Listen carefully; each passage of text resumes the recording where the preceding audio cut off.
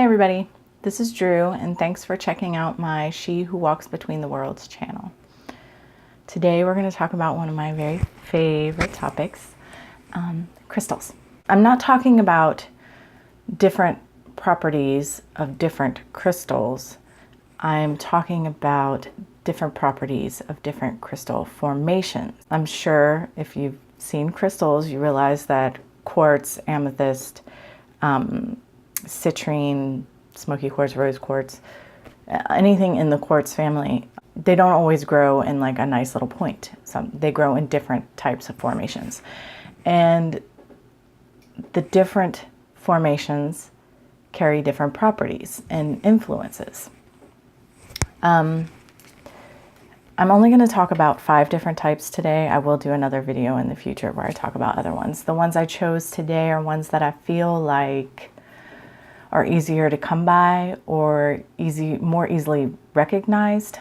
So it'll be easier for crystal novices to come across them.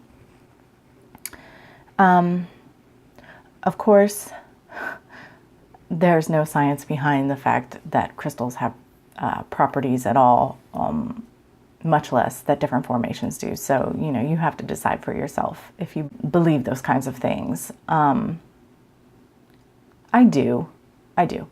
And even if I didn't, I still think it's really interesting, just the idea of it. I'm only going to be going into a few of the properties of each crystal. I just want to briefly touch on it. I don't want the video to run long, and I want people to hopefully be inspired to go out and find out more information about these formations on their own.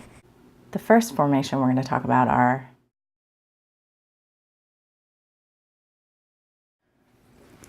a cluster is defined as one or more crystal growing together in a formation. These crystals symbolize people being able to work and live together harmoniously. They support cooperation and encourage creativity and communication. They're also excellent energy stabilizers. All of these properties making this an excellent tool to grid offices or homes with. They also enhance both psychic ability and protection. They balance yin and yang energy. These formations will cleanse and energize any crystals, living things, plants, animals, people, or just the space in general that they're in. Of course, they do the best job they can to constantly scrub the energy and to boost it and enhance it. And they're also said to be great energizer of the chakras, all of them. If you are wanting to open and activate your chakras, you could place cluster formations on the chakra points. And if you only had one, you could just do them one at a time. The next formation we're going to talk about is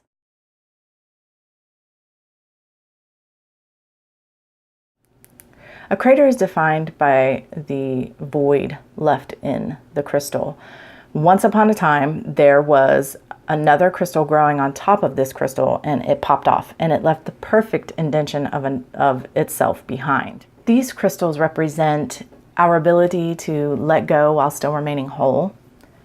They're excellent for issues of self-pity and martyrdom. They're good for helping us overcome addiction of any kind. They're a wonderful ally during times of transition and change, and they help us learn lessons of non-attachment. Next we have these little babies are crystals that have been mistreated and mishandled at some point, whether it was when they were mined or later on. Mine, the poor baby, I don't know if you can tell, it's all chipped away here and the tip is broken and just she's in bad shape. These crystals represent our ability to overcome adversity. They're also wonderful tools when it comes to loss, like grief, anxiety, and fear. They're helpful for working through issues of abuse as they themselves have been abused.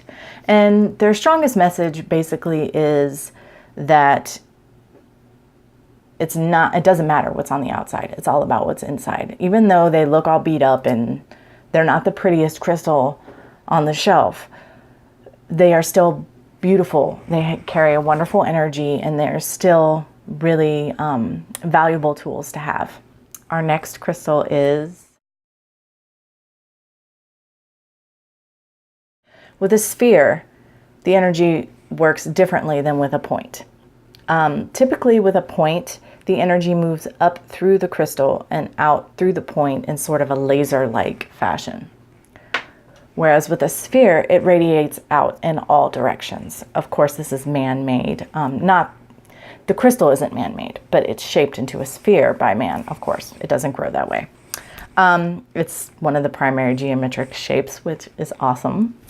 Of course, crystal spheres have been used for thousands of years for scrying, a form of divination. They represent completedness and spiritual attunement, the oneness of all. They're an excellent tool for maintaining balance. They activate our desire for self-awareness and personal growth. These make a wonderful ally during meditation, and they amplify our thoughts, feelings, and energies. So, for example, if we wanted to send loving, healing energy out to Puerto Rico and the Virgin Islands, this would be a wonderful ally and tool for that. Our last crystal formation we'll talk about today is teacher quartz. Is a formation that has an inclusion of some kind. Inclusions themselves aren't all that rare, but these inclusions look like something. They look like a person, an animal, a mythological creature, what have you. This is not my only teacher, but my premier teacher crystal. It is the one that I saw and I said, oh, that is for me. The other ones that I have, I didn't realize that they were teacher crystals when I bought them. You notice things later.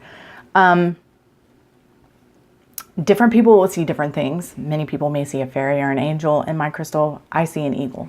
The golden eagle, of course, is my totem. These crystals represent the teacher within us, and they activate teaching, dreams, and visions. They help us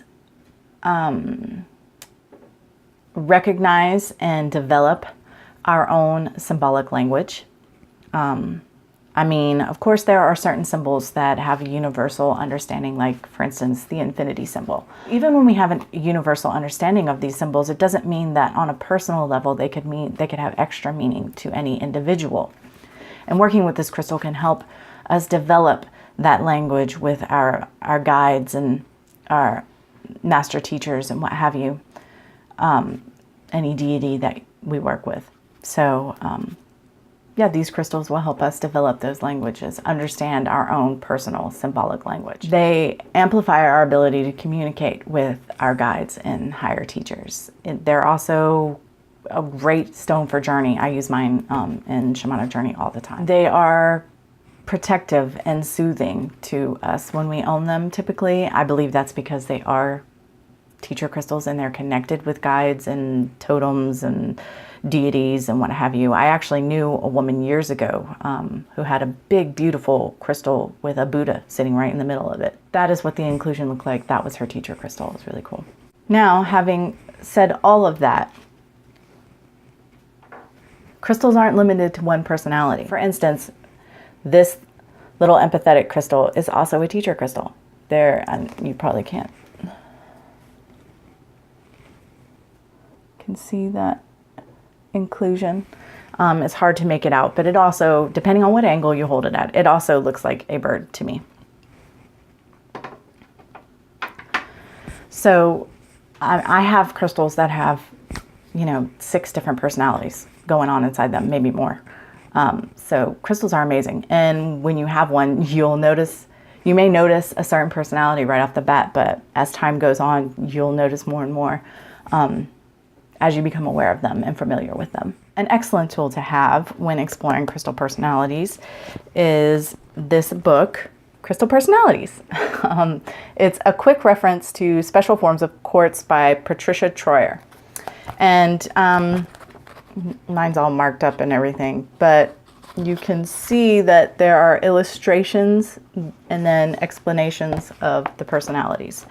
And as I said, if you can't find the book, which I'm sure you can on Amazon or something, but if you can't find the book or you're just not ready to take that leap. I'm going to do other videos about crystal personalities. So look forward to that. So I hope that that piqued everybody's interest a little bit. If you were into that, please like and subscribe.